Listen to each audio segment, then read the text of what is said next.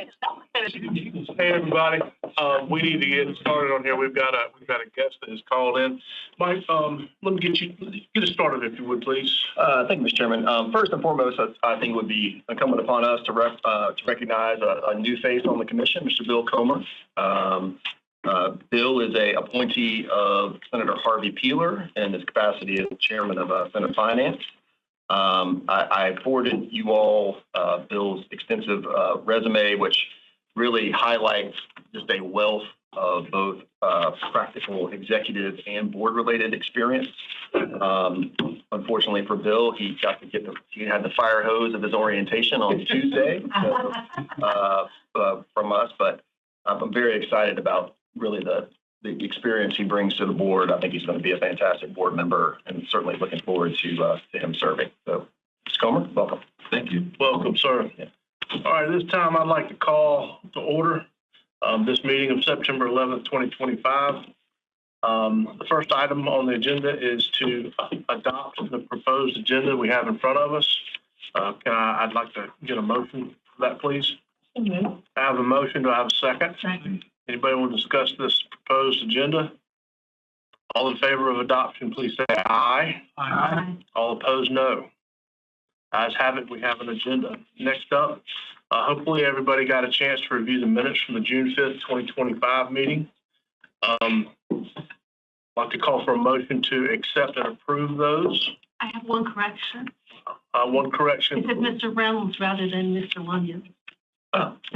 We'll fix that. Thank you. All right. So with that correction, I move we adopt the minutes. We have a motion to adopt with that one correction.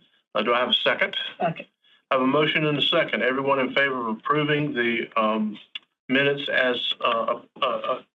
corrected, please say aye. Aye. Any opposed, please say no. The ayes have it. We approve the minutes. Mike, I'm going to turn it over to you and let you talk about and introduce our guest, please. Thank you, Mr. Chairman. We are very fortunate indeed today to have a very special guest who will be giving us a geopolitical update. Admiral Jim Stavridis. He is a partner and head of global affairs at Carlyle. And on January the 1st, he will begin serving as the vice chairman. He is a retired four-star admiral with the United States Navy and former Supreme Allied Commander. He has also written over 15 books, and he's a proud husband to his wife, Laura, and proud father of two daughters. We are certainly privileged to have him with us today. It should not be lost on any of us, the semblance of today being September 11th, or 24 years from that horrific event. And so, certainly I think it's a great day or appropriate day to hear from Admiral Stavridis. Also, given some recent, turmoil and both in the Middle East and in Europe, I think it's also certainly involving NATO. I think his experience as Supreme Allied Commander of NATO will give us some valuable insight to that as well. So, Admiral Stavridis, I'll leave it up to you. So, take it away. Thank you very much. Can you hear me okay? Everybody got good line of sight and sound. You can hear me. Yes, sir. Yes, sir. Right. Okay, well, I want to start by saying I'm a native Floridian. My wife is a native Floridian. But on Saturday, I'll be driving up to Charleston to spend the birthday with my 96-year-old mom, who lives at Frankie by the Sea. My sister did 35 years in the Charleston School District. So you are helping manage her retirement. I appreciate that.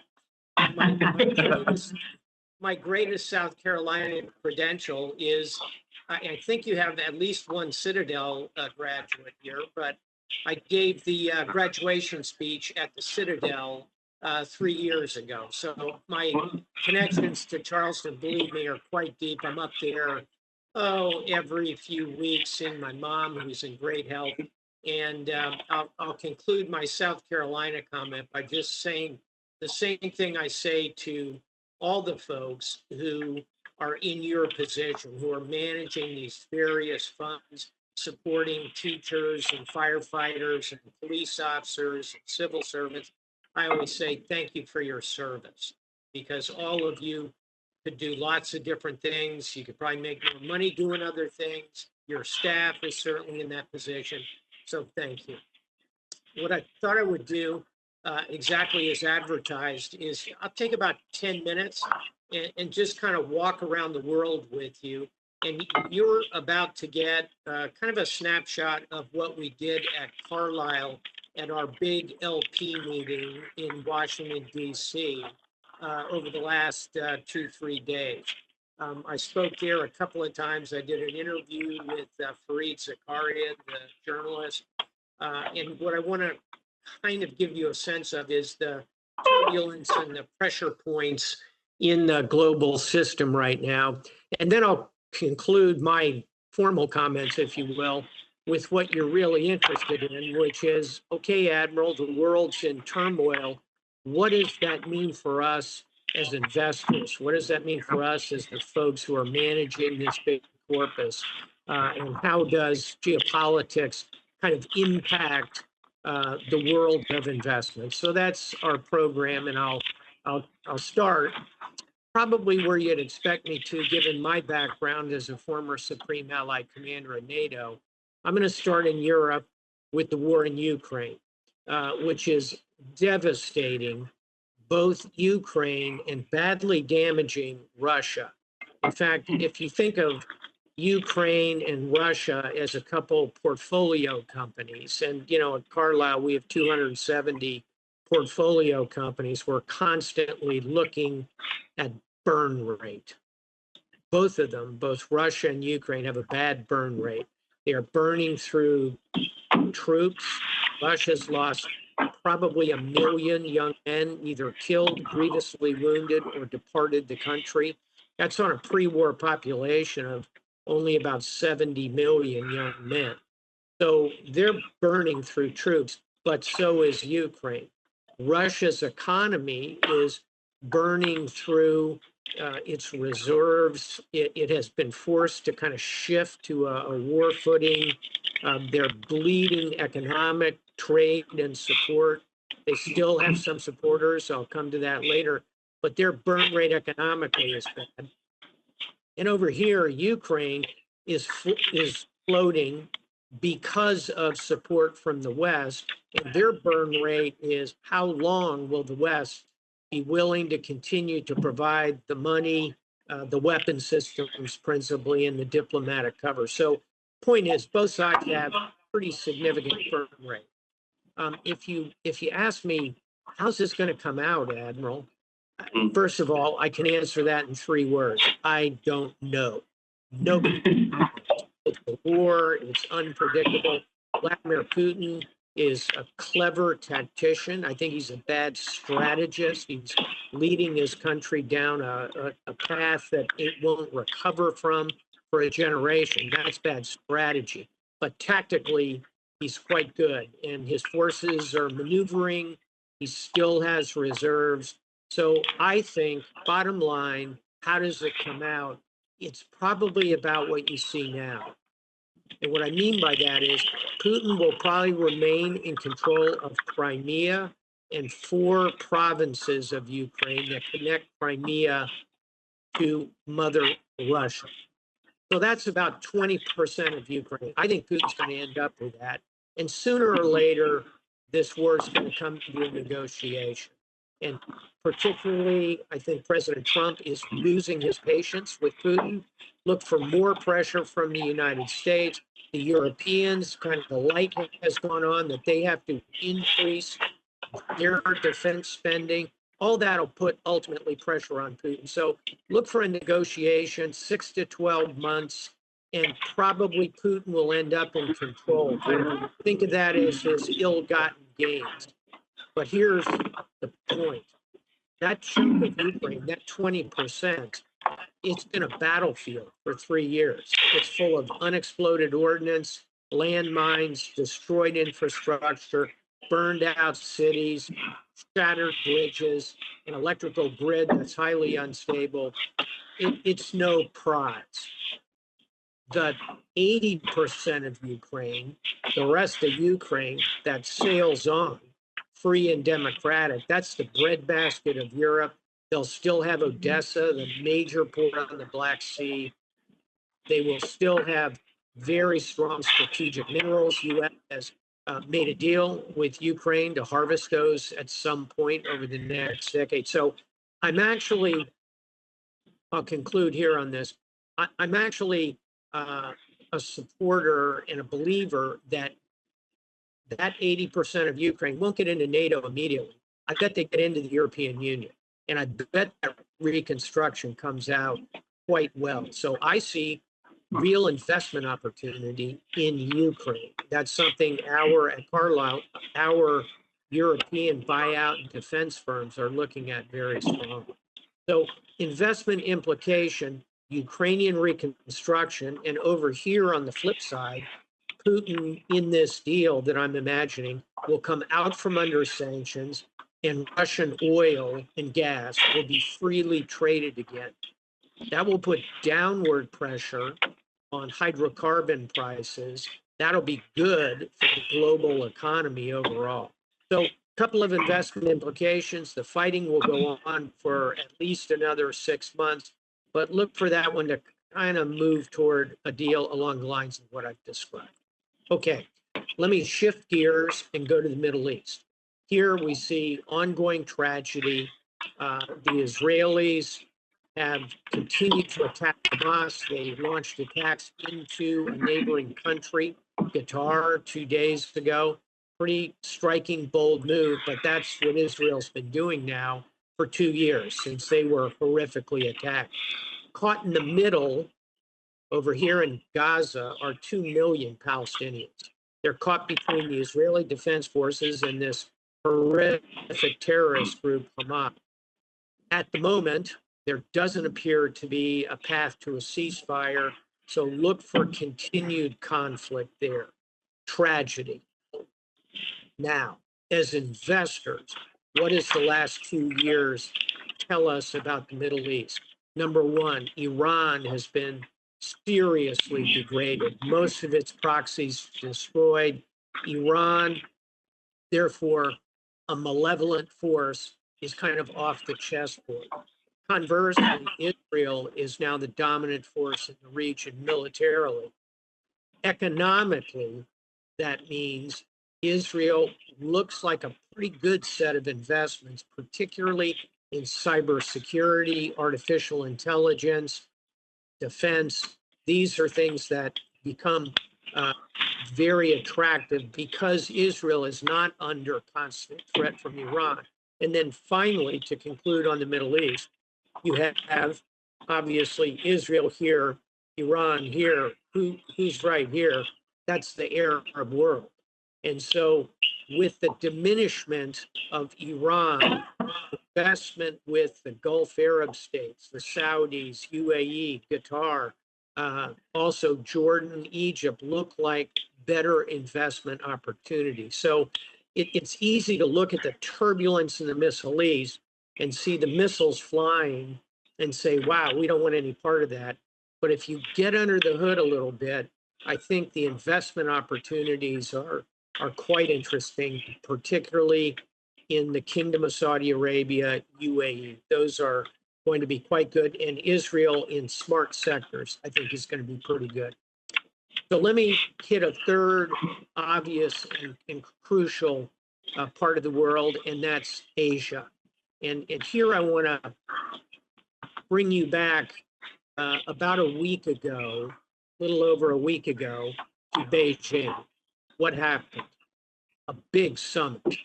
A summit of an organization called the Shanghai Cooperative Organization. You don't have to remember that, but it's a group of nations from around Asia.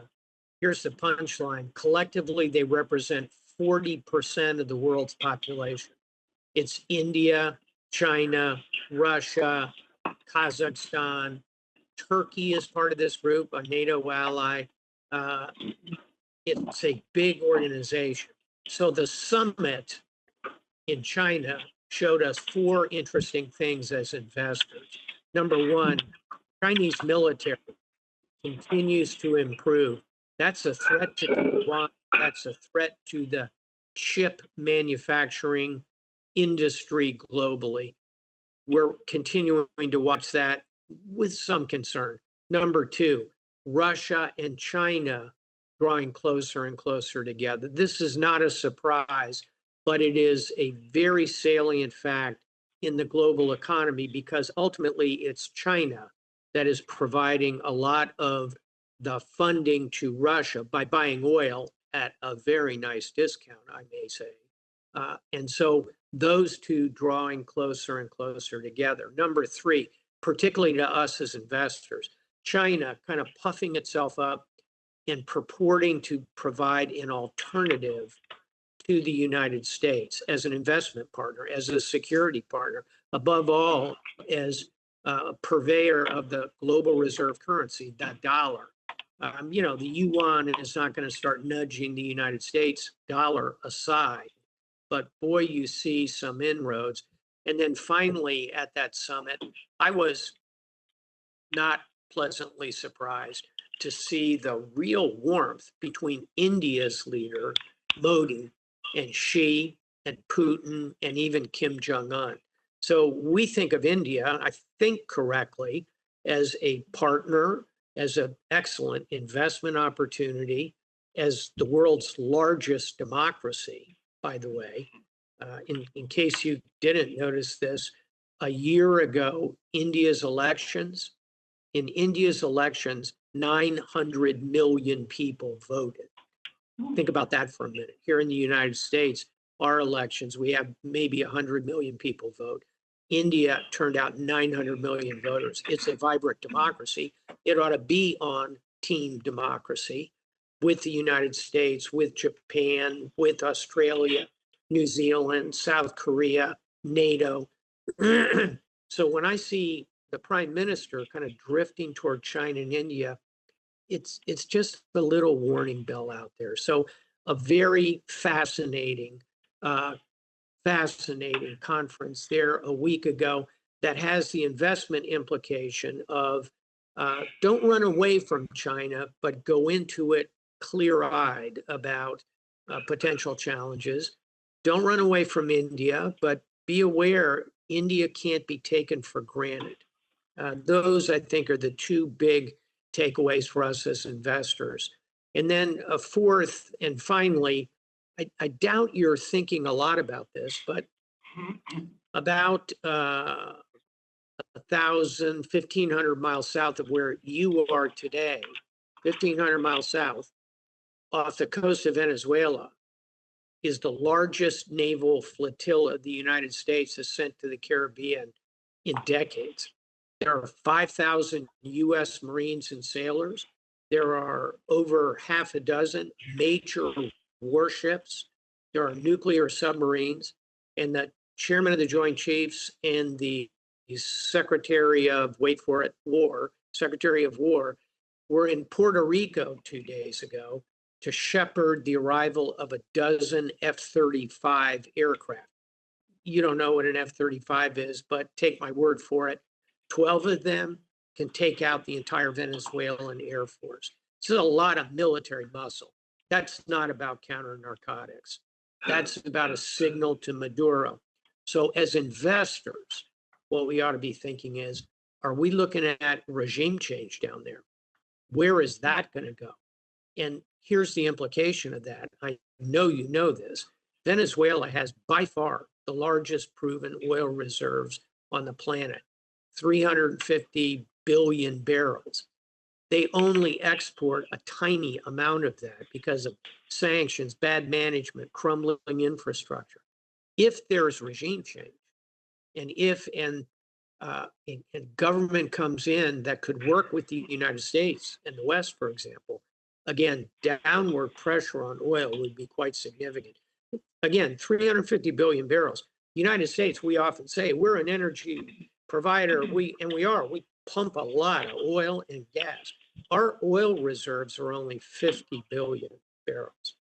Venezuela is a huge, huge treasure trove of resource. Venezuela, by the way, ought to be Dubai on the Caribbean. I mean, there's so much oil, gas, gold, It's just bad management, bad leadership, dictators, totalitarians, corruption. If that were to change due to regime change, kind of nudged by the United States, that would be a big market mover. So we ought to watch that as investors also.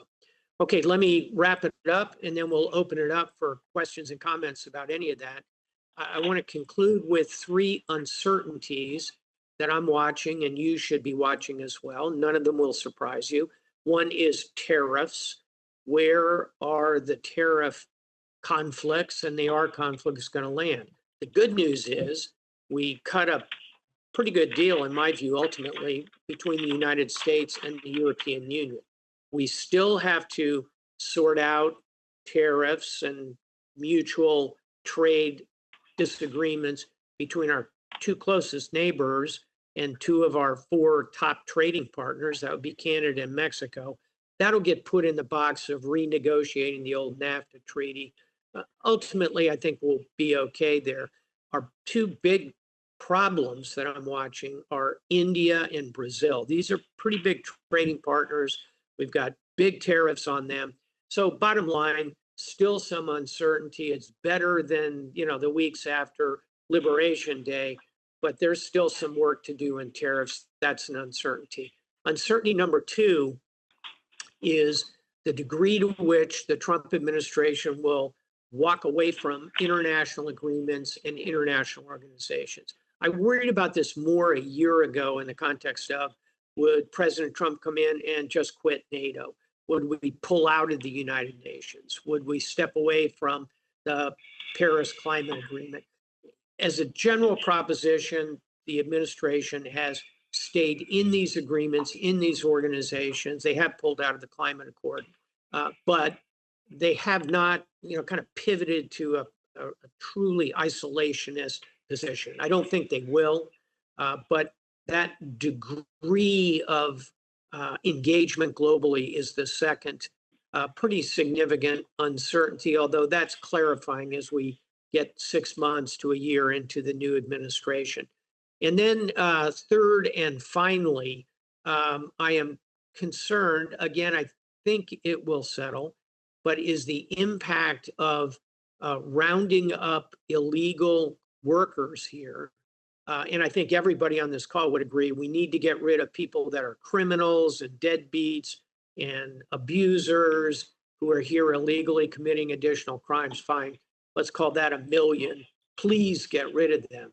But there are 15 million people who are here working illegally, and 13 million or so are paying taxes, have jobs.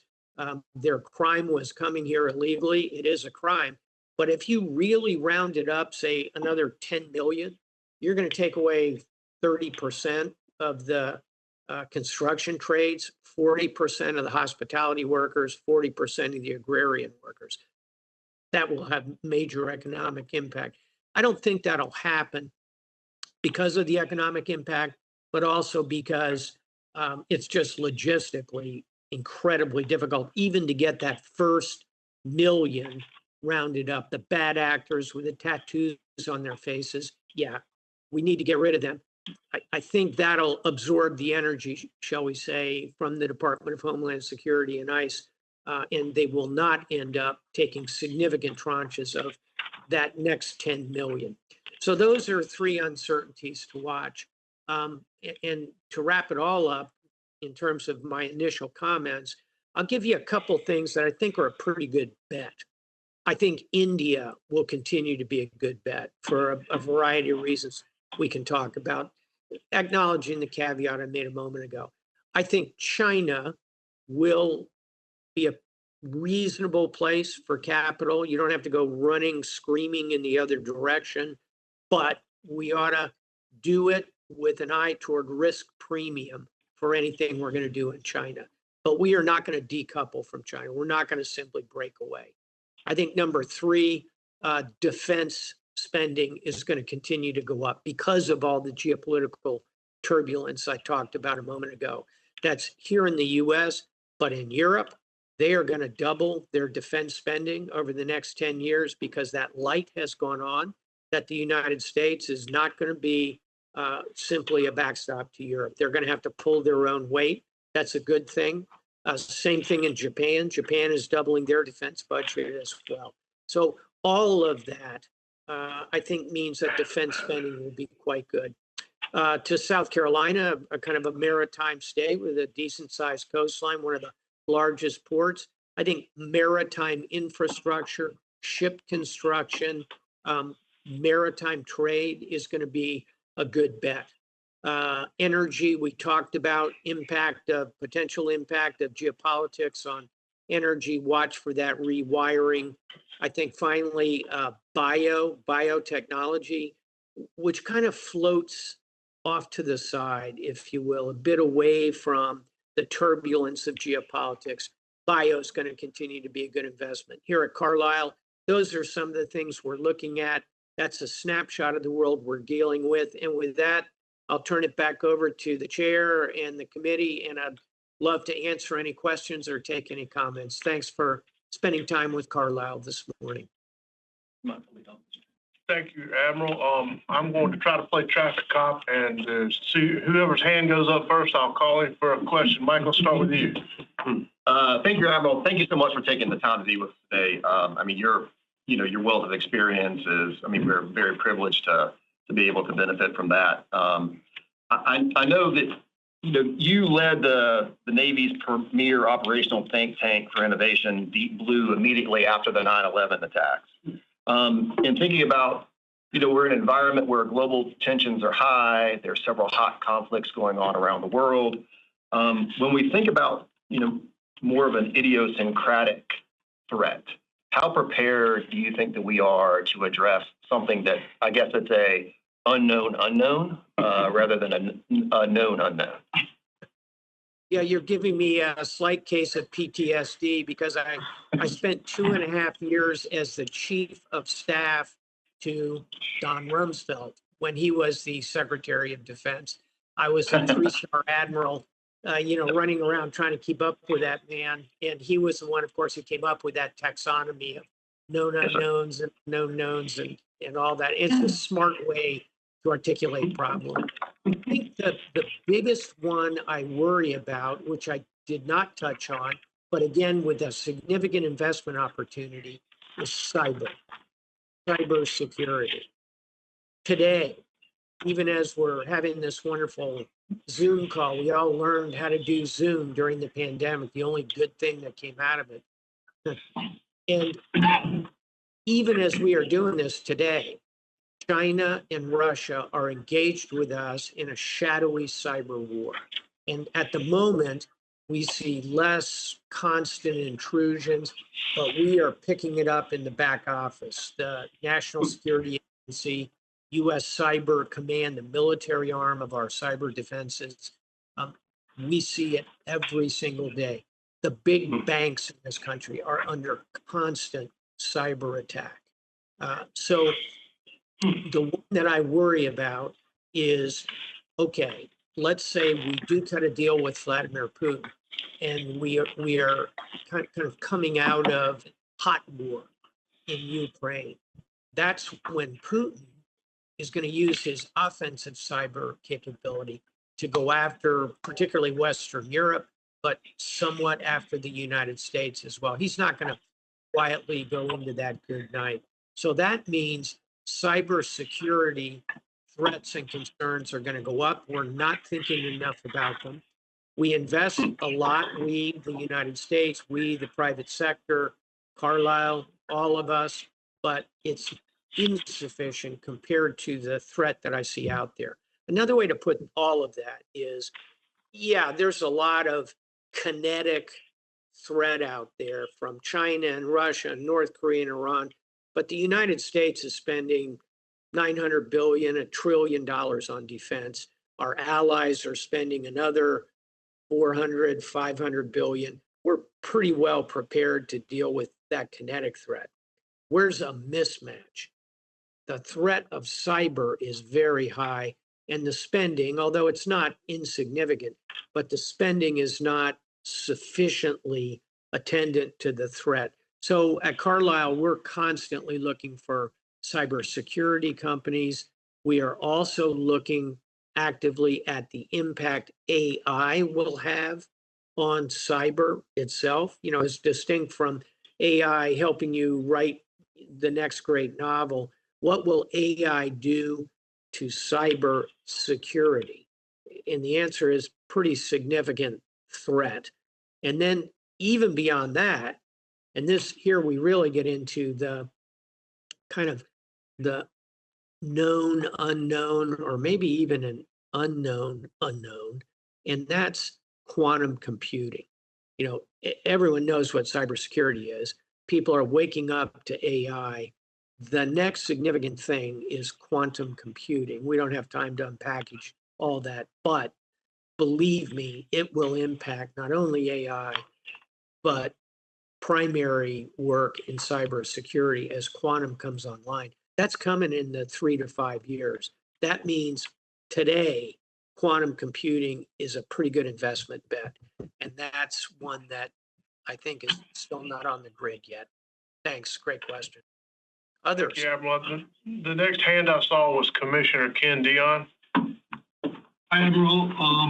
I wanted to go back to Ukraine. Do you know, in your opinion, what do you think is Putin's end game with Ukraine and with Europe? My second kind of follow-up question I'll add to that is, do you think there's a possibility that he'll move against other NATO countries or other Eastern European countries if he's successful in Ukraine?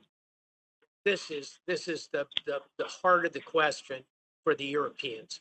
And I think his tactical end game is to consolidate control over Crimea, those 4 provinces. That gets him about 15 million Ukrainians population-wise, gives him a little chunk of the strategic minerals that are available. It gives him kind of part of the old industrial part of Ukraine, and it gives him a lot of the Black Sea coast. That's his tactical objective. I think he's going to achieve that, as I said. His operational objective over time, he wants control of all of Ukraine. That's 40 million people, massive strategic minerals, breadbasket of Europe, the entire Black Sea coast. That's his ultimate goal. And strategically, at the far end, I do think he will put pressure on other European countries. The next obvious target is Moldova. Another one is Georgia. But ultimately, could he put sufficient pressure on Estonia, Latvia, Lithuania, the Baltics? He thinks of them as part of the greater Russia. I think the answer, yes. He on small NATO countries. He thinks maybe the United States won't come to their defense. Maybe UK, maybe France. Who wants their child to die fighting to keep Estonia free? I think the correct answer is we fight together. An attack on one is an attack on all. We're in a treaty. We have a commitment. The long-term economic impact of that transatlantic trade, Europe, US, I can make a very strong case for, yes, we stand and fight together like we did in Afghanistan. But Putin will try and drive a wedge in Europe. And to do that, yes, I think he will ultimately threaten some of those smaller European countries, smaller NATO countries. He's going to need a little bit of a breather between consolidating the part we just talked about, that 20% of Ukraine. But yeah, I think he will be back. And he's not like an old decrepit leader fading out. He's a very vibrant 71-year-old man who I think has at least 10 years of runtime. So yeah, we ought to continue to be concerned about him. Thank you. Thank you. More questions for the Admiral? How are we doing on time, Admiral? We've got about 5 minutes. Okay. I'll ask one final question, Admiral, in a little bit of a kind of a follow-up to what Ken just asked you. When we think about really, what has China learned, do you think, from the global reaction to the war in Ukraine that would impact its thinking on the annexation of Taiwan? Yeah, that is a very perceptive observation. There are many reasons we should continue to support Ukraine.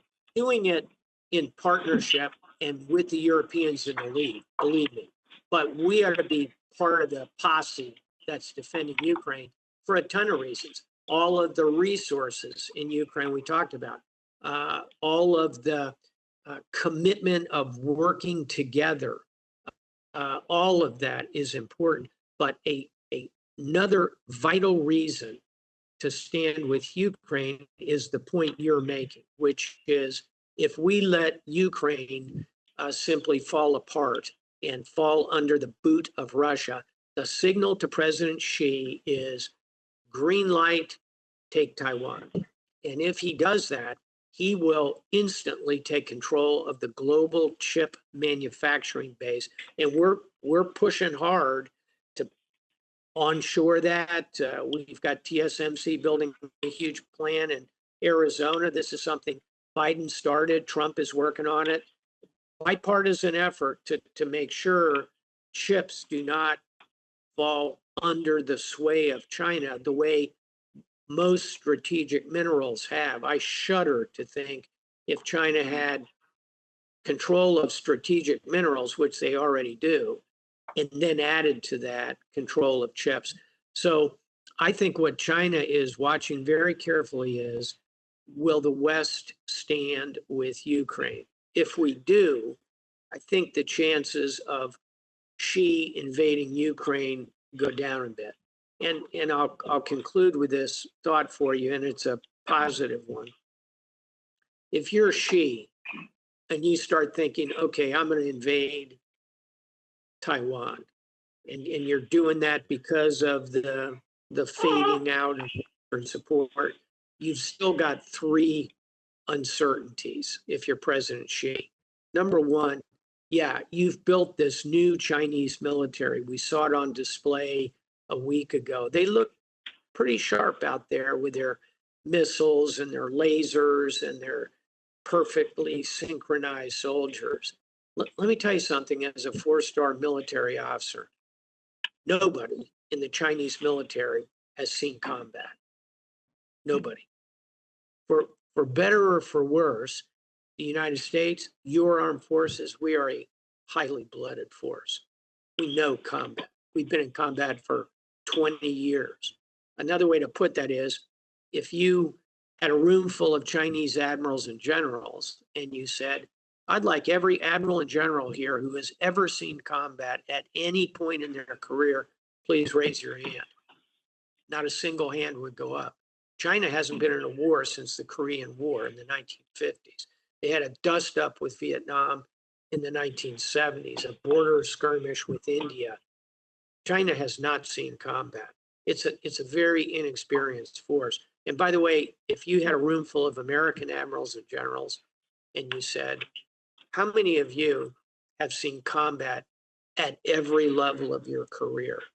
Ensign, lieutenant, lieutenant commander, commander, captain, rear admiral, vice admiral, admiral. I've seen a lot of combat. I'm not bragging.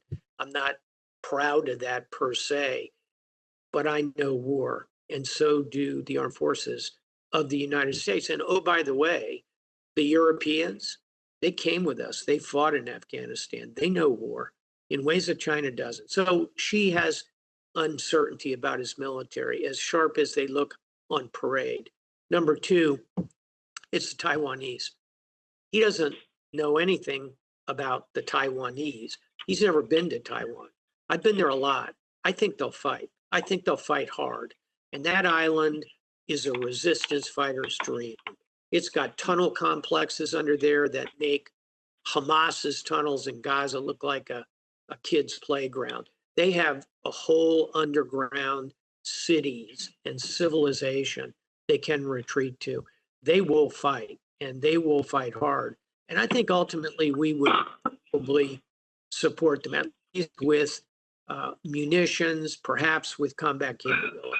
So that's uncertainty number two. How hard would the Taiwanese fight? And again, back to your question, therefore, he's watching the Ukrainians thinking, I wonder if the Taiwanese would fight like hell the way that the Ukrainians have. He doesn't know.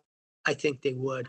And then third and finally, our world as investors, what would sanctions look like if he came crashing in and conquered Taiwan and took over the entire chip manufacturing beating heart TSMC in Taipei and Keelung and Shanghai, all of that? He has uncertainty about that. So I think if we stand with the Ukrainians, we have a reasonable posture with Taiwan. I think that uncertainty will keep him from attacking Taiwan over certainly the next 5 to 10 years, which is the investment kind of outlook that I've got. Hey, it's been a pleasure being with all of you today. I want to also commend my colleague, Will Kay, who set this up, and love to come back and talk to you. And I'll be down in the Palmetto State, or up in the Palmetto State and in Charleston over the weekend with my 96-year-old mom. Take care of my sister's money. Thanks a lot. Thanks, everybody. Thank you. Thank you. Well, that was no pressure. Wow. Take care of our sisters.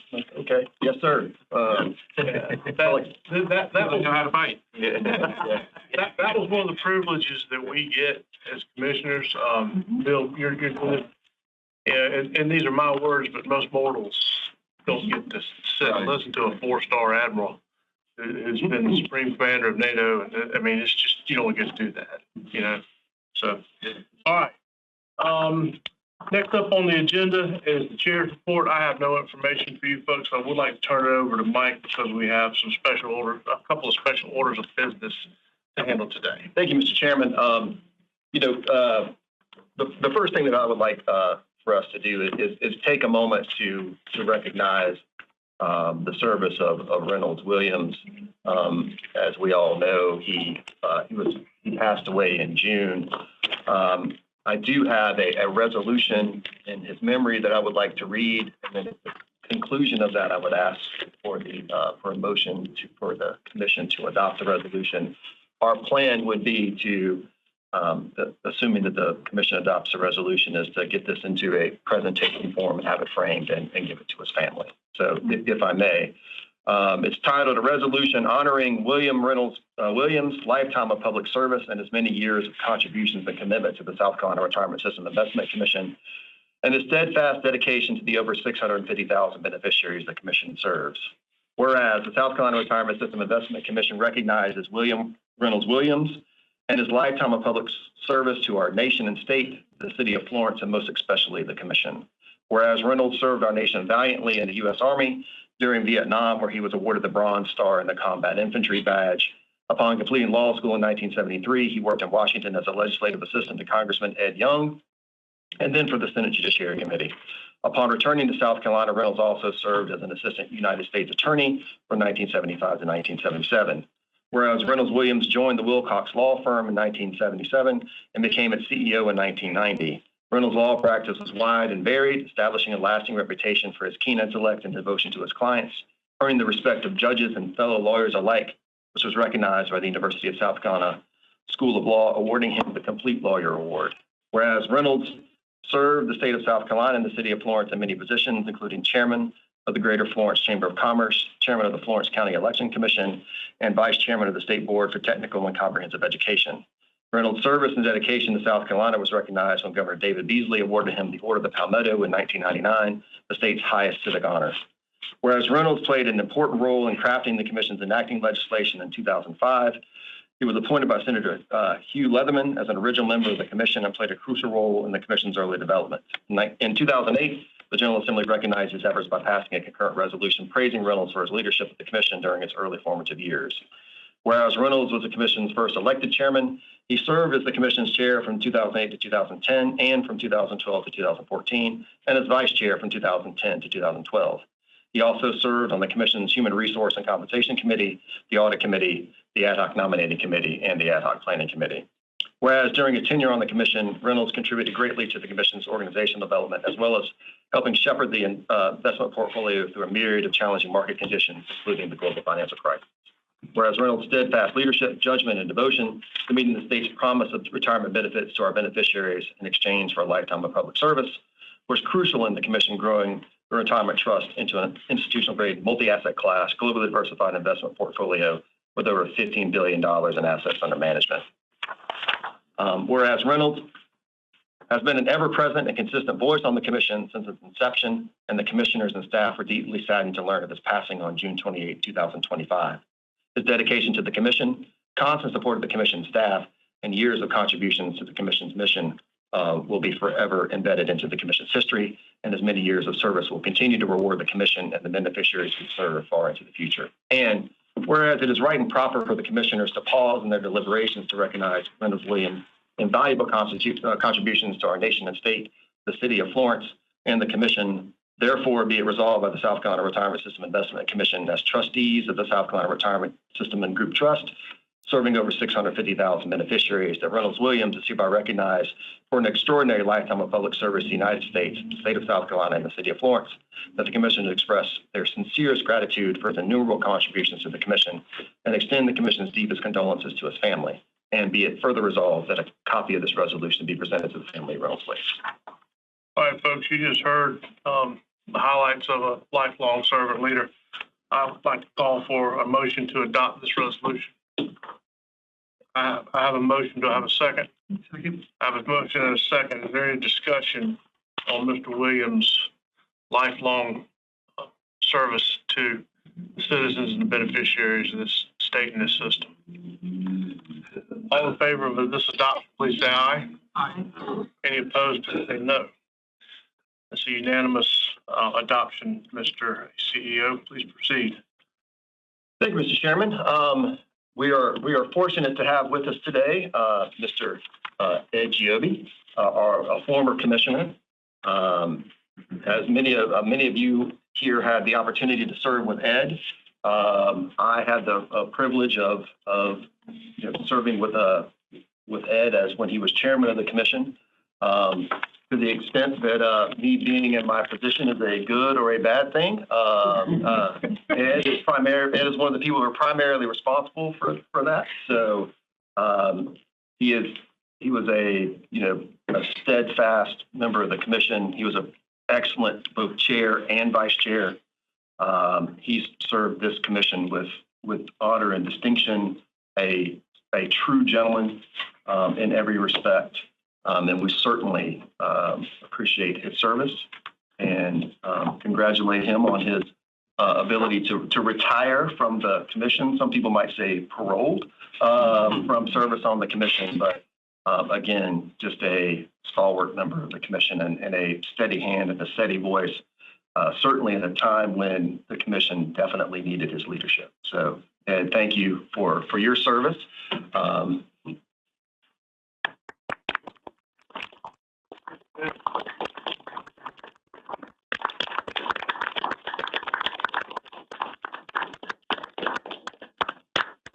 And if you'll come up here, we have a token of our appreciation for you. It's a small, it's not physically small. I don't know if I can pick this up without a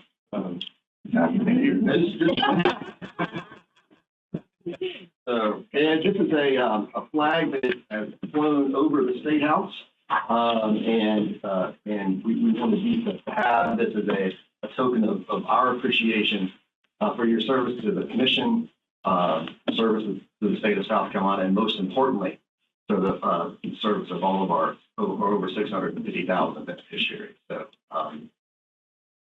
hopefully this will demonstrate our thanks to you, and we could not be more grateful for the years that you gave the commission. So, thank you very much. I appreciate it.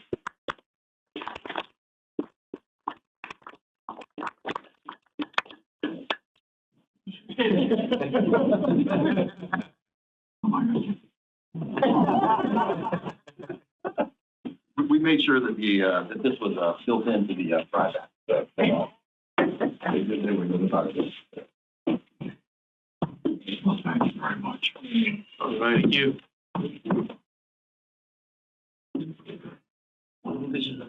want to take it? All right, it's coming up to, this is a really good time for a 5-minute break. It's, let's meet back at 10:25, please. Pick this back up, folks, okay? Oh, yeah. I think it's. Sorry for being late. That's fine. Everybody, let's get back on track if you can, please. Next up is CEO's report, and we'll turn it over to Mike. Thank you, Mr. Chairman. First, and Kara just reminded me of this. As you walk around the office, you may probably see some new signage. And one, we wanted to I guess, for lack of a better way, spruce up the place a little bit. So we're going to be here we've just signed another 7-year lease.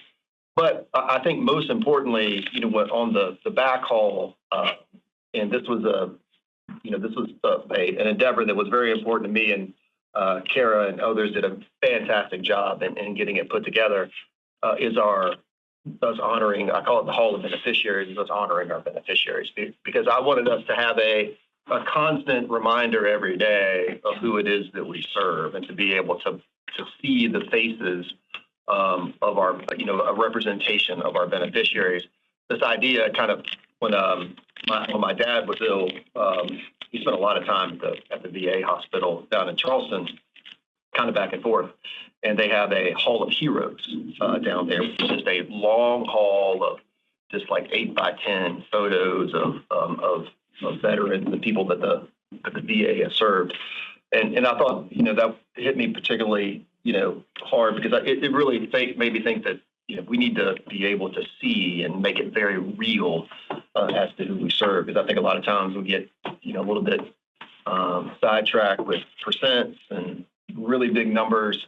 But I think it's incumbent upon us always to be focused on, those 650,000, 700,000, and growing beneficiaries that we serve, both active contributors, retirees, and their families. So just try to keep us focused on really what the mission is and who it impacts. So please take some time to especially to visit that, and to read some of the descriptions of the folks and their careers.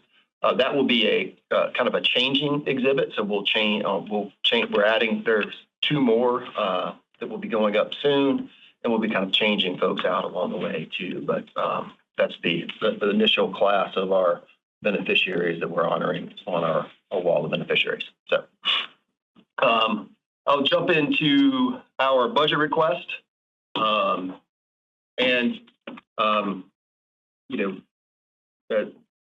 with my military background, I always like to put the bottom line up front. What are we asking for, so that we don't get to the end and trying to figure out what it is that we're actually asking for. We're asking this year for a $2 million increase in our budget authorization. As we sit here, at the end of Q1, back in so as of September 30th of 2015, and this date is poignant. One, because it was approximately 10 years ago, and it was also when Jeff Berg took over. Right after this is when Jeff Berg took over as interim CIO. We were at $27.7 billion, so we're managing a $27.7 billion plan. We now manage almost a $51 billion plan as of the end of July. So over the past 10 fiscal years, and this doesn't necessarily line up exactly perfectly, but over the past 10 fiscal years, we've earned $27.1 billion. So we've earned almost as much over the past 10 years as we started with, which feels like a pretty good result. Much of the growth has come in the past 5 years. We've had $20.4 billion in investment return over the past 5 years. And one of the statistics that I'm the most proud of is $4.9 billion of that growth in the market value of the fund is staff value add performance above the benchmark. And we've been very efficient over that time period, because it's only cost us $65 million to operate over that time period. If you think about that $4.9 billion and over $65 million, that's about a 75x return on what it's cost us to operate. Certainly, we've also incurred investment management fees over that time period, but this is net performance and above the benchmark. We feel like, as we said, we're highly efficient. Over 10 years, our AUM's grown by 80%, but our budget has only grown by about 8%. So if we annualize that, that's less than 1% per year. Annualized, it's gone from 15.3 to 16.5 million. At 18.5 million, that total growth, if we ask for an additional 2 million and we get to 18.5 million, that total growth over that 10 years would be 21% or 1.9% annualized, which is certainly not keeping up with inflation. And if we thought about if our budget had kept pace with the growth in the portfolio, our budget would be about 27.5 billion. Or million, sorry, millions and millions. It's so easy to get that. Now, if we had a $27.5 billion budget, that would make things a lot more interesting. I promise the commission meetings would be a lot more and much more exotic lookout. So the portfolio is likely to grow. We're projecting being at 75 billion in 5 years. If we reach that and we kind of applied that same growth factor, then the budget kept up with that, it would be at 41 million. And I did say the right one that time, didn't I? 41 million, right? So, but we're still resourced basically like we were as a $30 billion plan. We actually have less, we utilized less FTEs than we did when we were a $30 billion plan. And we are very efficient, but we're also very lean. And as we think about scaling, how do we prepare ourselves to meet the moment of being a $75 billion plan? So I think there's going to be kind of 3 ways that we reach that. We're going to need some more staff. We're going to need to implement greater efficiencies through AI and other technological resources. And, we're going to have to bring on some more partnerships and platforms like we, have been doing recently. I think we also need to ensure that we are positioned so that we can honor the promise of our compensation program, most especially our variable compensation program. And this additional $2 million that we're asking for in authorization will really give us the resources and able to be able to do that. It'll help us. We're looking at potentially adding anywhere from 3 to 5 additional staff members over that 5-year period in order to be ready to meet that moment. We've also have the additional authorization built in to ensure that if we need to bring on additional technological resources, that we have the ability to do that as well. So, this will put us in a position that we think will allow us the flexibility that we need in order to be able to grow the organization in a way that is best suited to meet the needs of a $75 billion portfolio in 5 years. One of the things that I always want to make sure that we're clear on is the General Assembly does not appropriate us any money. The General Assembly authorizes us to use trust funds in order to operate. And if we don't use the money or we don't need the money in a particular year, we just don't call it down. So the money, we have quarterly drawdowns. If we don't need it, we don't draw it down. Money stays in the trust and stays invested. So we try to be very cognizant of that as well. So this is just a reminder of the organizational chart. Obviously, a couple of names on here have changed. But what you would see usually, this gives us a kind of a 5-year look back at our authorization and a request on our authorization. And as you can see that, it was that if you were to pull that back several years, you would just see that 15.3 number.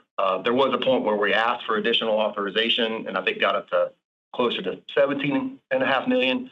But over the course of the 2 succeeding fiscal years, we gave it back. So we gave back that authorization because we didn't really need it.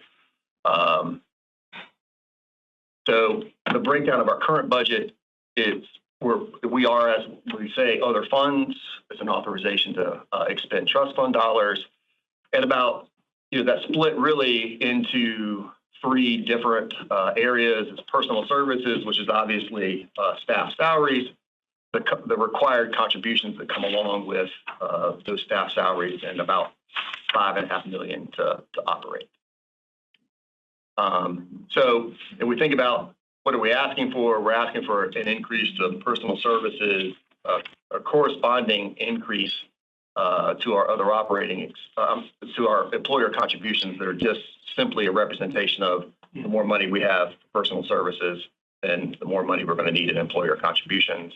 And then a slight raise to a little bit smaller raise to our other operating expenses, because we believe that we still do have a little bit of cushion in our operating expenses, so we don't feel like we need as much there in order to prepare us to meet that moment of a $75 billion plan. We do, or just a little bit more of a breakdown. So think of this as a $1 million increase to personal services. We're trying to meet any additional staff needs that we may have. Like I say, that's probably three to five additional staff members. One of those will be at some point, most likely a deputy CIO. Because when we elevated Brian to the CIO position, we have not at this point filled the deputy CIO position. We want to make sure that we can, like I said, fulfill that promise of ECP. So the growth projections and compensation are also factored in as well. And those growth assumptions assume that everyone earns their variable compensation, and that we're following up with on our back office compensation program of trying to get everybody at above the 75th percentile for our 75th percentile of our peer pension funds and like positions. Our compensation is designed for us to retain employees. Obviously, as we most recently have seen, we are certainly in competition with the private sector for our talent. That is, I think, although it is an issue that we face, I think it's also a compliment to the organization that we're not necessarily losing people to other pension funds. We're losing people to endowments, foundations, and large private investment firms. And like I said, the $800,000 is just necessary to meet increases in health insurance and Social Security and retirement. And then as I said, the $200,000 increase in other operating is what we think that we would project that we would need in order to bring on additional systems in order to create efficiencies. Right now, this is our FTEs. We have 48 we have 48 FTEs authorized. We have 39 filled. 9 of those are vacant. So we kind of budgeted out 3 investment officer positions, 4 additional positions in our investment associates program, which is obviously the program that feeds our permanent full-time employees. We have a couple of additional vacancies should we need them. We're not requesting any additional FTEs in this budget cycle. And we did, there was a proviso in the budget last year that required us to return unfilled, like 25% of our unfilled FTEs. So we did have 12 vacancies. Now we're down to 9. So 9 additional FTEs. But we do have 2 provisos. For just a reminder, there's 2 parts to the budget. Part 1A and Part 1B. Part 1A is just the line items in the budget, and Part 1B are the provisos, which give agencies guidance on how to actually spend the money that they've been appropriated. We are just asking to maintain our exemption to having to conduct the fiduciary audit that we've had in the budget for a couple of years, as well as our exemption for procurement for custodial banking services. We just re-upped with the Bank of New York Mellon, who signed a new custody agreement with Bank of New York Mellon. We did conduct a very extensive RFI process in order to come to that decision, which we also had Deloitte kind of riding alongside of us in a consulting capacity. So Mike, can you go back Yeah. one slide? Sure. Just a technical thing. So this is for the budget ending June 27. Yes. Yeah. So you're right. So we're just that's the language that's in the current provider. Yeah. So we're just asking to You maintain just update the. Yeah. We'll update the the things. Yeah, they'll update the dates and things like that. Okay. Yes, sir. So it's already interrupted. Can you go back about 3 slides? 1, 2, 3. Right there. Right there. Yes. So you don't have to go to it, but on the next slide, you've got, well, go to the next slide. I'll ask the first question. $1 million increase to personal services, Mhm. 800,000 employer contributions, 80% contribution rate or benefits? Think about it. That's everything. That's like health insurance. That's our contribution to health insurance. That's that's our contribution to health insurance. That's our FICA match. yeah, that's everything that we 80% benefits? That's It's usually around 35 to 40. we have run it lean on that. So we've had to, over the past couple of years, we've had to transfer money from other operating expenses in order to be able to meet that need. So we're trying to just reconcile that so that we're. So that 800,000 is not exclusively applicable to the $1 million. That's right. Yeah, it's more to kind of get us in line with, because just the way that we had it, the overall budget split up, there wasn't necessarily enough dollars to cover, and also the way that we're projecting those increases, there's not enough. We've had to transfer some money because you can transfer money up a line. You can't transfer money from personal services down to other operating. You can transfer it back up. So we've been kind of using that as the ability to make that whole. This kind of trues up the actual expense related to it and the projected growth. So it's not a yes, right. It's not a yes, ma'am. Is it like a one-time correction? Yes, ma'am. Yeah. So that should get us more in line with, and that also frees up the other operating expense money that we have kind of been using to fill that gap to be able to. So that's why we don't have to ask for as much in other operating because we're freeing up some of that money that we've been transferring up to meet that need. That makes sense. Yeah. all right. Well, that's you probably just answered my next question. The 200,000 other operating expenses on the previous slide, it was like $4 million for 5 years. So I was just wondering about the math there. Well, yeah, 5 million. Yeah. So we would go from 5 million to 200,000. yeah, 200,000. 5 million to we go from 5 million to 5,500,000 to 5,700,000. Yeah. That's the additional 200,000. Okay. That makes sense. Yeah, I was reading it wrong. Thank you. Can I ask a question? Well, I think it's the order is different, so making that, yeah. Okay, because on this slide, the employer contribution has the more typical ratio to salaries. Yeah, Right. basically. Yeah. Yeah, so it's basically a third, right? Yeah, so we're like, whatever we're paying, then there's an additional third on top of that. Normal. So that trues that, like I said, that kind of more trues that up too. Yeah, that makes sense.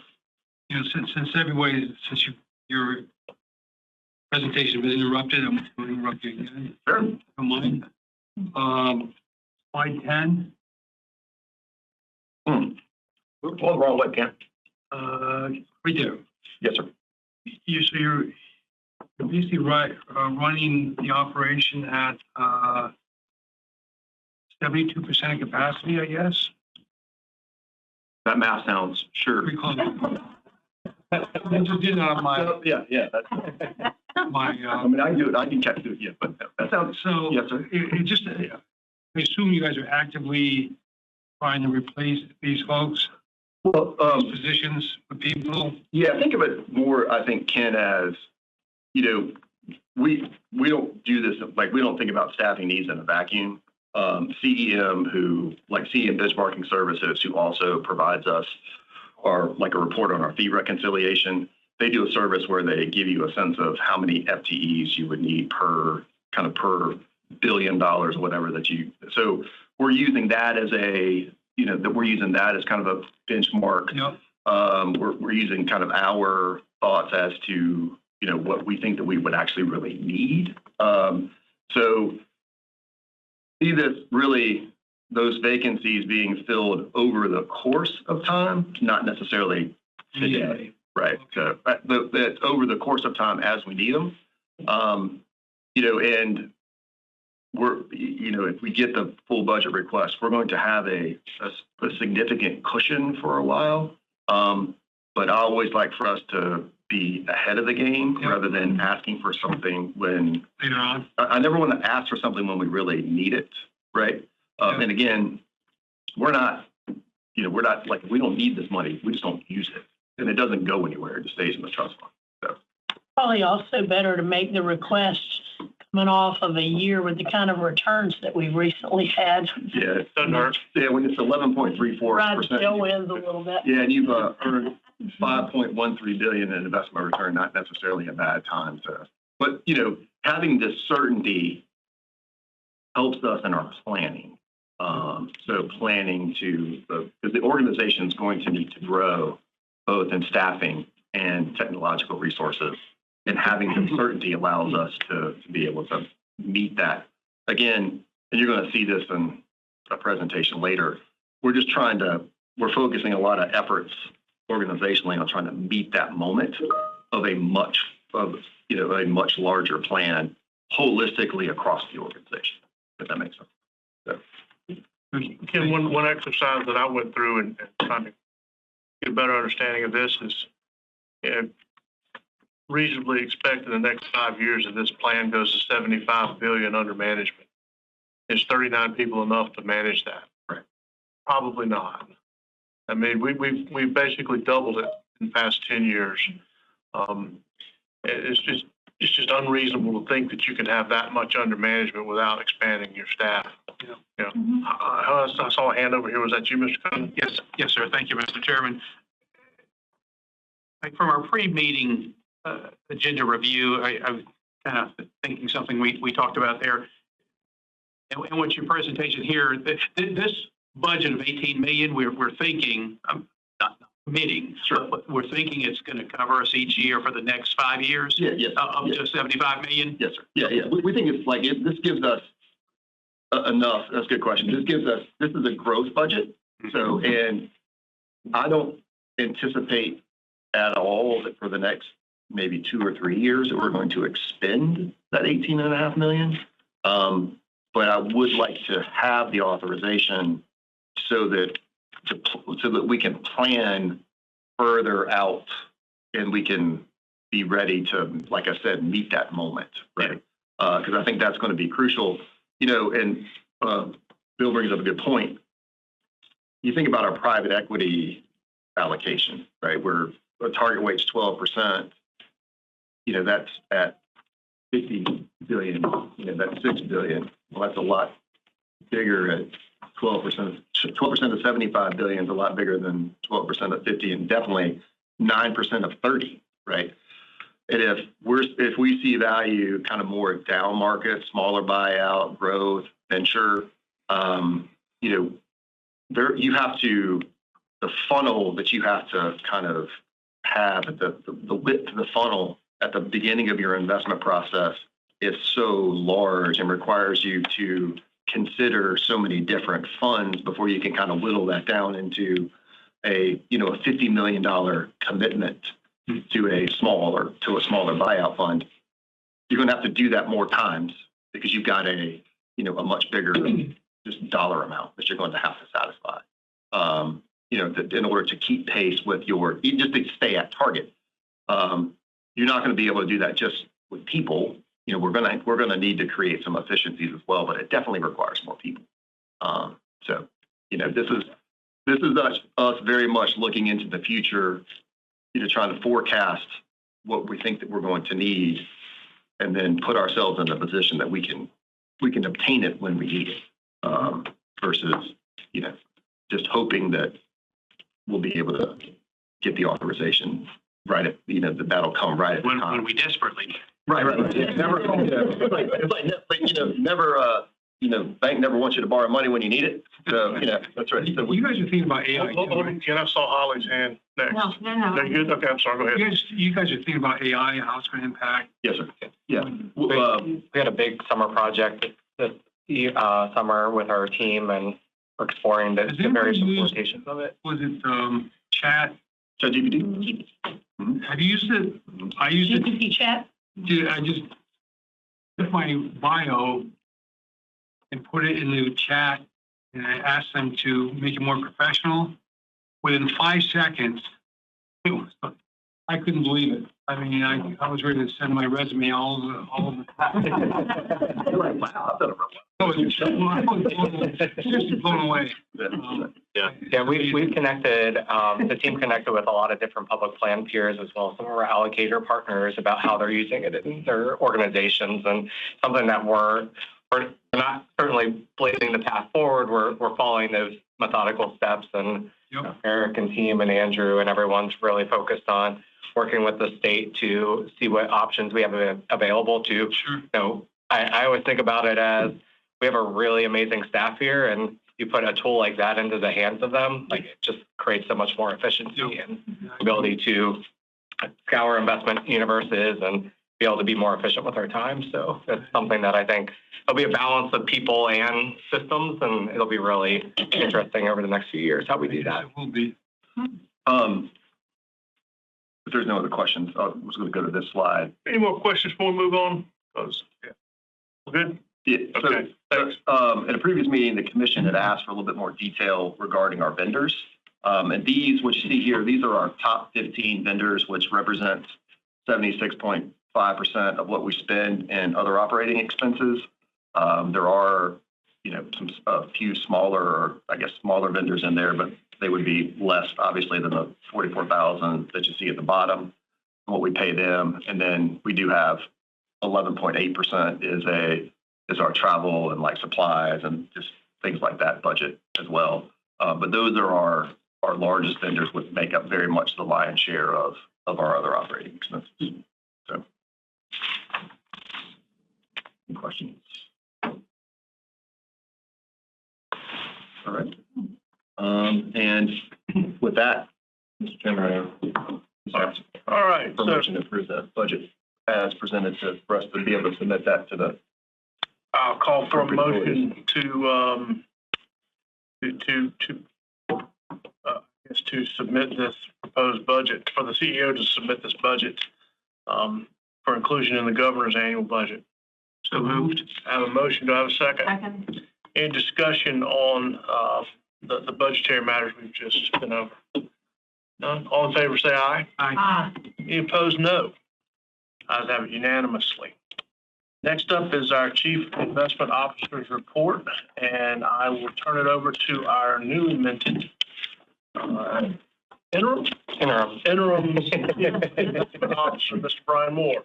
Great. Thank you, Mr. Chairman. Do want to start with a quick comment or quick note to everybody. I'm really honored to be here and very grateful that Mike and the commission have the confidence they placed in me to be interim chief investment officer.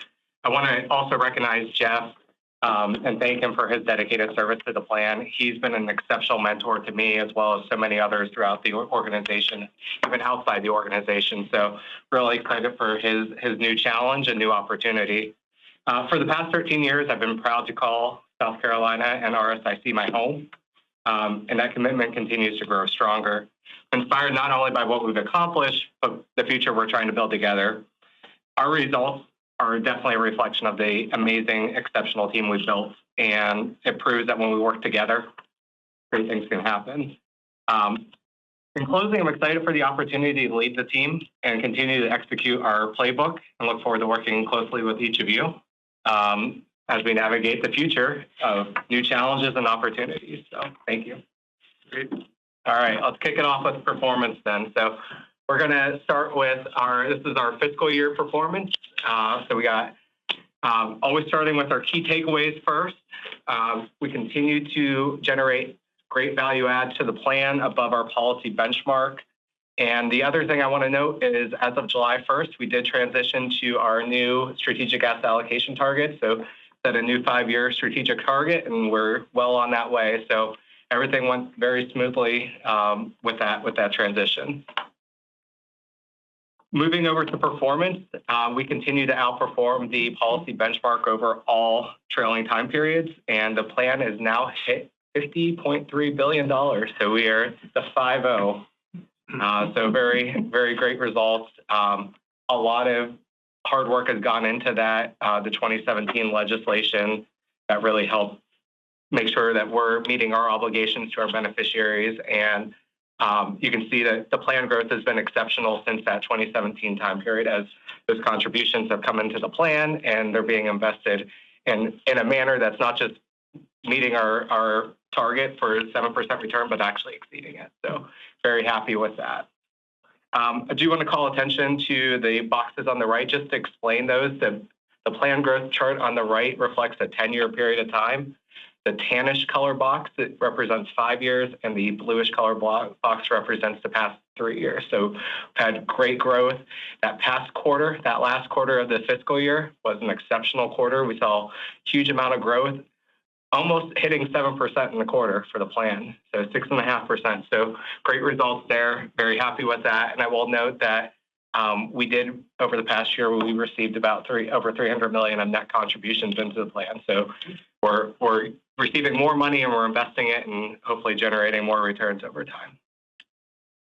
Moving to our asset class performance, public equity for the quarter, amazing result. And this is, we'll go back to April, Liberation Day. Markets fell about 15% shortly thereafter, and somehow managed to end up 11%, over 11% in that quarter. So great recovery in the markets with the resilience, and that allowed our fiscal year plan return to hit, as Mike mentioned, 11.34%, so double digits. So it's a great outcome there. Moving over to our portfolio framework, quarter over quarter, our value add continues from staff decisions driven by implementation and our plan returns. So thinking about portfolio structure and manager selection, which are two areas that the investment team is very focused on managing, we continue to generate value to the plan above our policy benchmark. I will note, and I have a slide following this to talk about the value from diversification. So what does that mean? So the value from diversification is the comparison between our 5-asset policy portfolio and our reference portfolio, which the commission has reviewed as a 70-30 portfolio. So 70% equities, 30% bonds. So what you're seeing here is that hasn't been a great trade. Having a more diversified portfolio has not been a great trade over the past fiscal year, 1 year, 3 year, or 5 year. But what I want to highlight here is I worked with our reporting team to go back the past 25 years to look at that 5-asset policy portfolio versus that 70-30 reference portfolio. When the lines are above here, this is looking at a 5-year excess return. That means diversification is working. When they're below, it means diversification, as it is today, doesn't look all that great. So what we see in this, though, is diversification. It's not going to work all the time, or it's not going to work all the time, but it's going to work over time. And I think that's a really important thing, where if you take these numbers and you look at how those two portfolios would have performed over the past 25 years, our 5-asset policy is this darker blue color. The reference portfolio is this lighter blue color. That means that if you look at it doesn't look like there's that much of a difference, but that's actually a 50% more plan value over the past 25 years. So this is not the portfolio we've had over the past 25 years. The commission only came into existence around this period of time over here. We've had, as everyone is familiar, we've had many adjustments over those years, but what we want to highlight is we want to be long-term investors and we want to be diversified. And we believe that diversification will pay over time, especially when you add in the tremendous results that our investment team is adding relative to that policy portfolio. So if we believe diversification will work and that we can continue generating great results from implementation, this is a great portfolio that we have here. moving to our fiscal year, value add here. A lot of this was going to be driven by our 5 asset portfolio. So you can see we start with our plan value about 45 billion. We got about 300 million net contributions coming in. That 5 asset policy portfolio, 4.7%. And then those implementation decisions that our team is doing at 414 got us over $50 billion, which is fantastic. And this is looking at, if you take that 414 and you want to dissect it a little bit more, there isn't anything of material concern that we're seeing here. This is just a little bit more detail for you all. Going into, we call this our container ship boxes here. But what we want to use these going forward with is to highlight areas that should prompt questions. And I try to use the key highlights on the right side to really explain what's kind of happening under the hood. But for bonds, we're seeing this is an intentional defensive stance that we're taking because we have a portfolio that's very equity centric. Equities are all-time highs. Valuations are all-time highs. Bonds are our shock absorber in this portfolio. So we stripped out a lot of the credit risk. So we really are exposed to treasuries. We have a lot of cash on hand to deploy into new opportunities. So that negative 24 basis points is really a reflection. This is a more intentional stance that we're taking that we believe we want to be prepared for any type of volatility that comes in the future. The other one I want to talk about is private equity. 66 basis points of selection effect. This is above the private equity index. We came to you many, many years ago and said, and our private equity performance was not as strong. We probably underperformed by this much, many years. And we've made a lot of strategic decisions to move towards co-investment, the smaller buyout. The team is executing. We had over 200 intro calls last year on investment strategy. So our sourcing pipeline is fantastic, and we're seeing the results here. So that 66 basis points is really a reflection of our team's ability to find those most attractive opportunities. Yes. I'm so impressed with that private equity number, but make sure I understand it. So our implementation, 0. So if that's telling me, I mean, we didn't make all these great decisions. We'd have just been kind of average in private equity, but we've made so many great decisions, so many manager selections that are on target. Yeah, we've exceeded. I'm reading it right. Absolutely.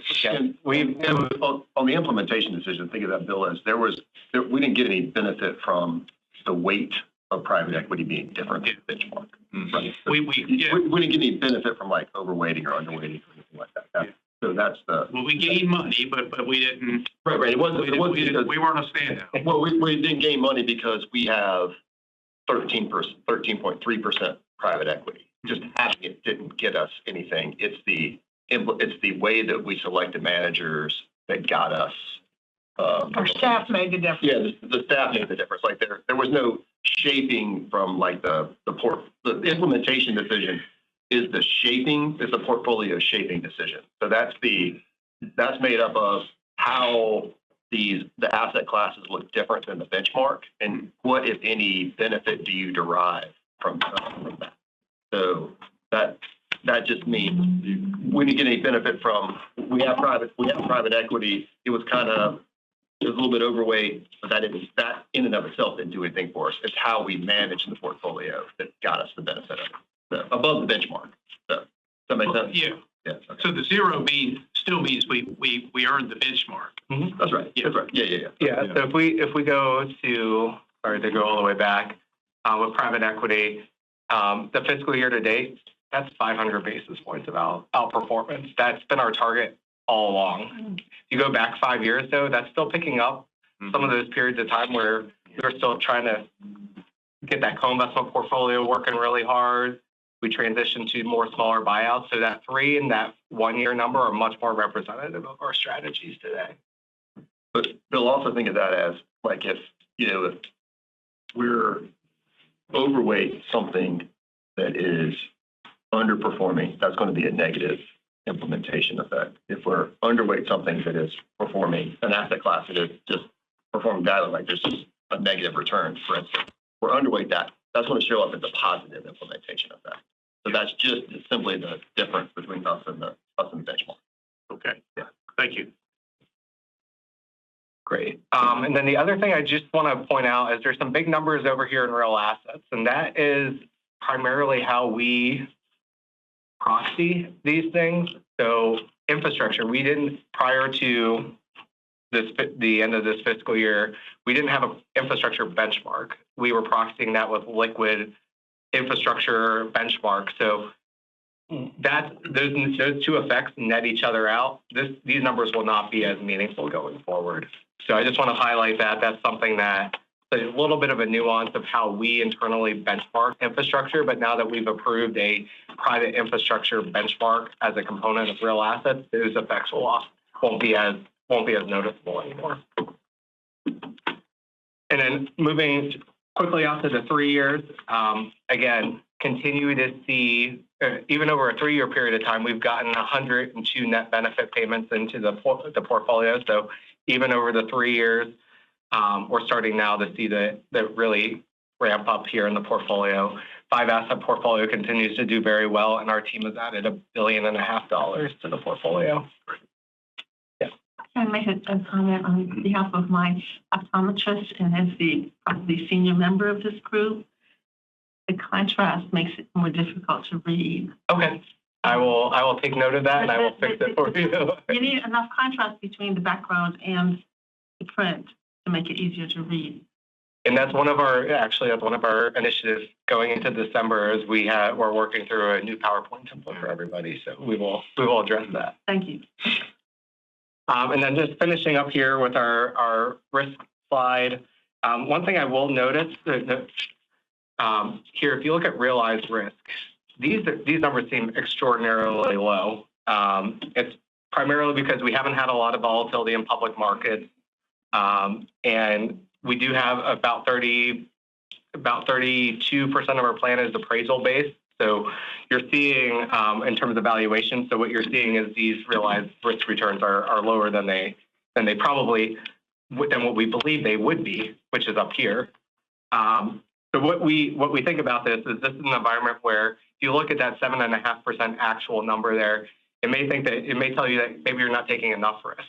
But what we always think about is we want to make sure we're not underestimating this left tail risk here in the portfolio. So we do a variety of scenario testing and liquidity stress testing that allows us to really make sure that we're not have our blinders on and realize that the portfolio really has a single digit realized risk. But it's a great outcome, great environment today. But again, we're always preparing for the next bout of volatility, and we're prepared for that.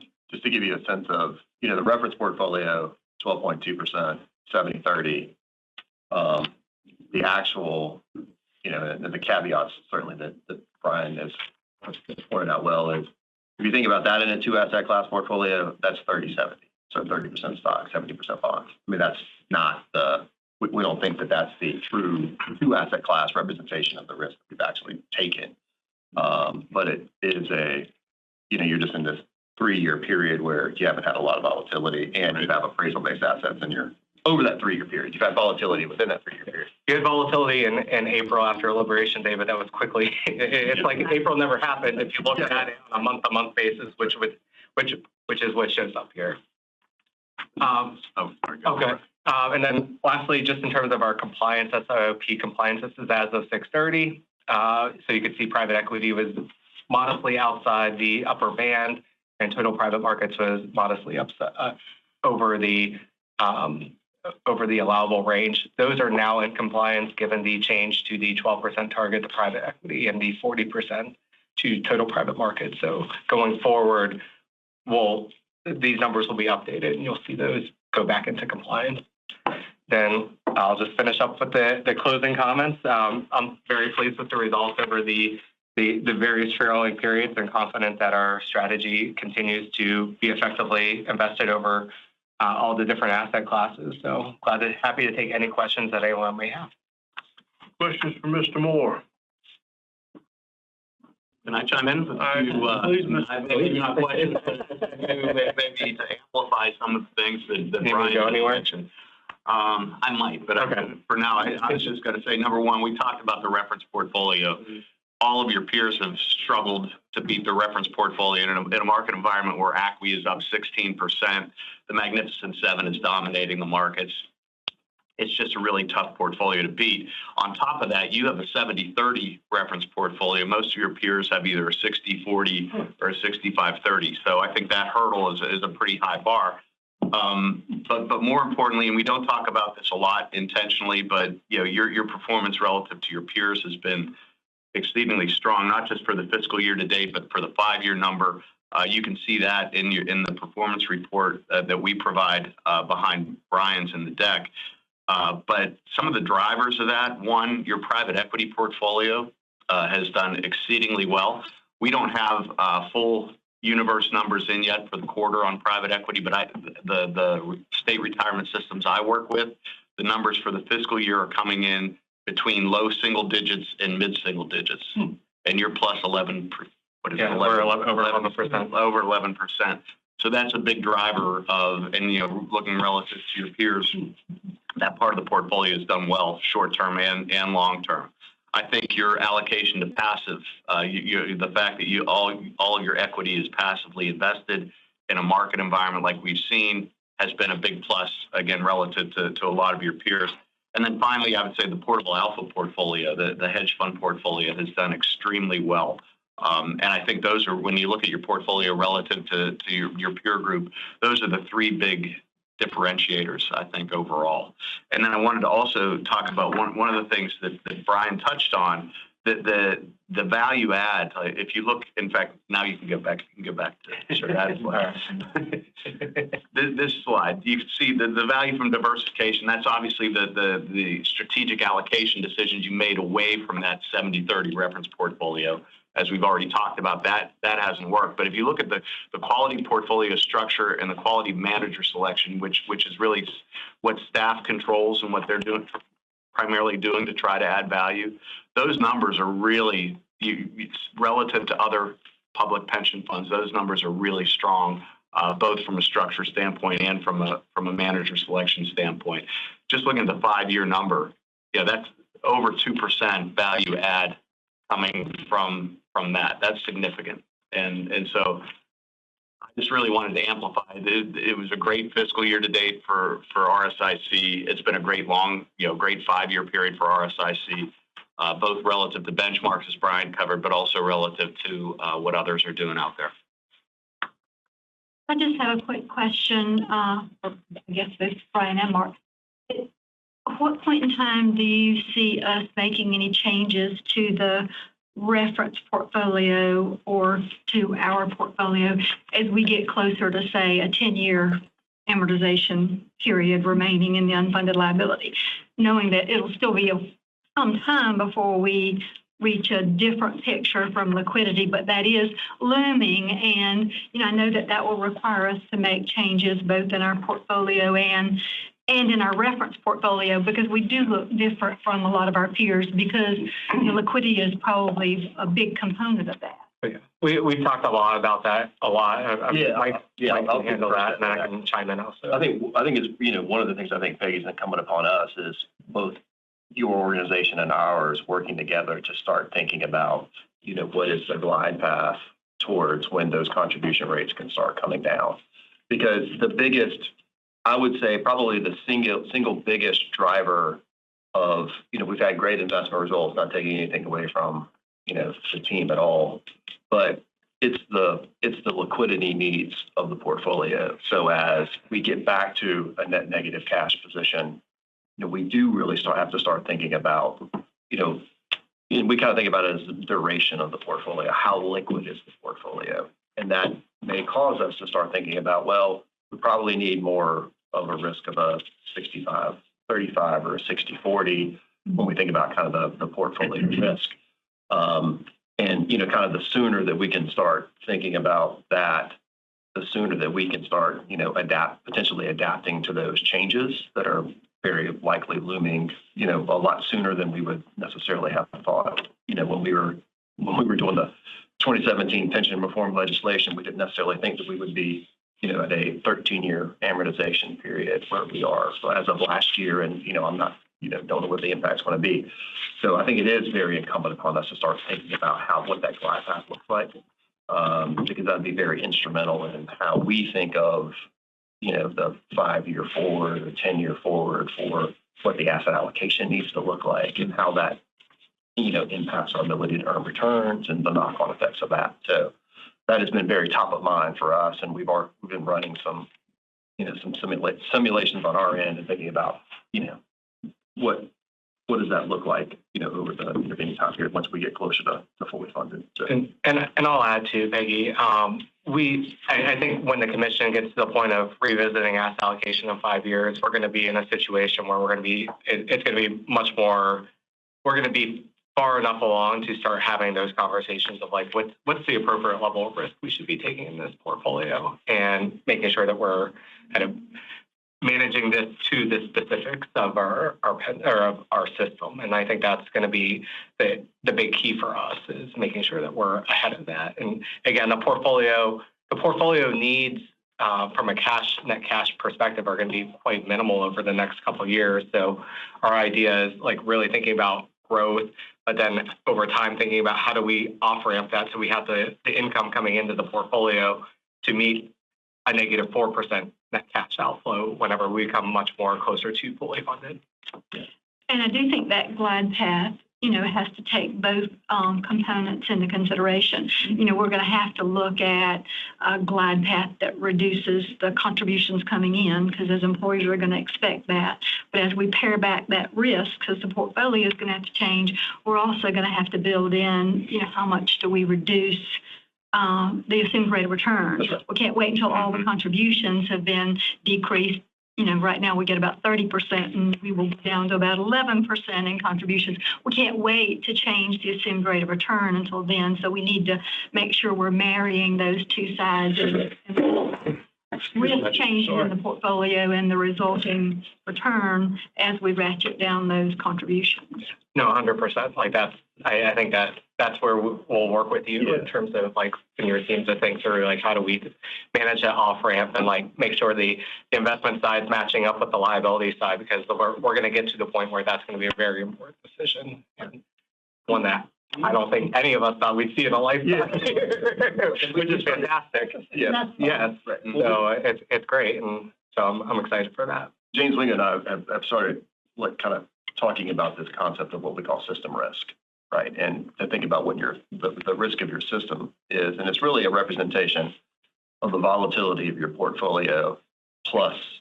your cash flows, right? And when those cash flows become negative, then your downside potential actually is not just how far do you think your portfolio can draw down, but it's also a representation of your net negative cash flows.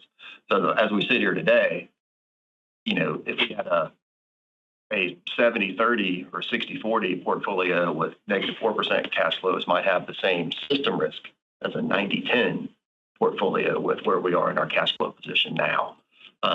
So as we start to unwind that and start thinking about that, if we get to 100% funded, it's probably a little bit more endowment focus where we think about, net negative cash flows plus an inflationary factor is where the assumed rate of return needs to be. But those are all ideas. And then we also have to take into consideration what, if anything, will the General Assembly do to change the benefit structure. Those are all things that I think that all need to be in that conversation. And, I think those are, if we start planning, it's better for us to start planning now, like you say, rather than, waiting for that to be upon us. So. All right. Any other questions? I'll skip over where else, Chairman.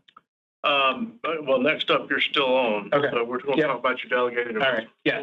Delegated investment report. So the last meeting we had the shortest delegated investment report ever with 0. And this meeting we have 2 pages of delegated investment report. So between meetings, again, the little notation down here is the commission has the delegated investment policy, and up to certain limitations in terms of sizing based on private market investments and public market investments. And the other notation here, which is one that we got very close to, is these do not exceed up to 5% of the total plan assets between regularly scheduled commission meetings. I believe we were slightly above 4. Yeah, 4.1%. So a lot of action, but again, all things that we had been working on for many months. And two of the reasons why we kind of got really close to that limit was we had 2 very sizable direct lending mandates, SMAs that we've structured with both Jefferies and Audax. Those are up to 1% of plan that they were approved to, but again, those are going to be funded over the course of the next 3 to 4 years. So it's not like we're doing 1% of the portfolio in those today. This is going to be funded over time, but we want to have the ability to get and build those portfolios. And that's one of the reasons why those were quite sizable. But again, it's nothing that would be out of the ordinary where the investment pace may be more in the $100 to $150 million per year range, which is very reasonable for those strategies. That's what I got on delegated investment report. The questions for Mr. Moore on the delegated investments? None? All right, next up on our agenda is for us to recede into executive session. We have a motion for that. I'd like for Mike to read it, and then I'll call for the motion. Motion to recede into executive session to discuss investment matters, including particular matters related to the public equity and real assets portfolios and certain portions of the consolidated annual investment plan and statement of investment objectives and policies pursuant to SEC Code Sections 9-16-80 and 9-16-320 to discuss personnel matters and to receive advice from legal counsel pursuant to SEC Code annotated Section 30-4-70A1 through 2. I have a motion. So I have a motion. I have a second. Do we have any discussion? All in favor of proceeding into executive session, please indicate by saying aye. Aye. Any opposed, please say no. Ayes have it. We are now in executive session. I'd ask that staff take appropriate measures. All right. Thank you. We have come out of executive session and we are now back into open session.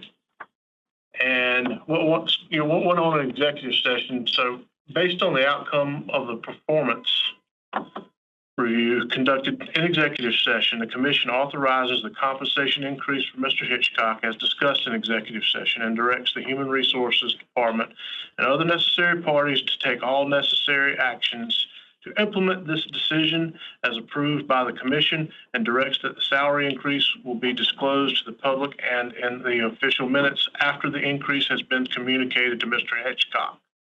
Can I have a motion to that effect, please? So moved. I have a motion. May I have a second? I have a second. Is there any discussion on the motion on the floor? Hearing none, I'll call for the vote. All in favor, say aye. Aye. Aye. Anybody in opposition, please say no. The ayes carry it unanimously. Our last item of business today is to call for a motion to adjourn. So moved. I have a motion to adjourn. May I have a second? I have a second. Any discussion? All in favor, say aye. Aye. Aye. We stand adjourned. Thank you very much, people. Thank you. Thank you very much.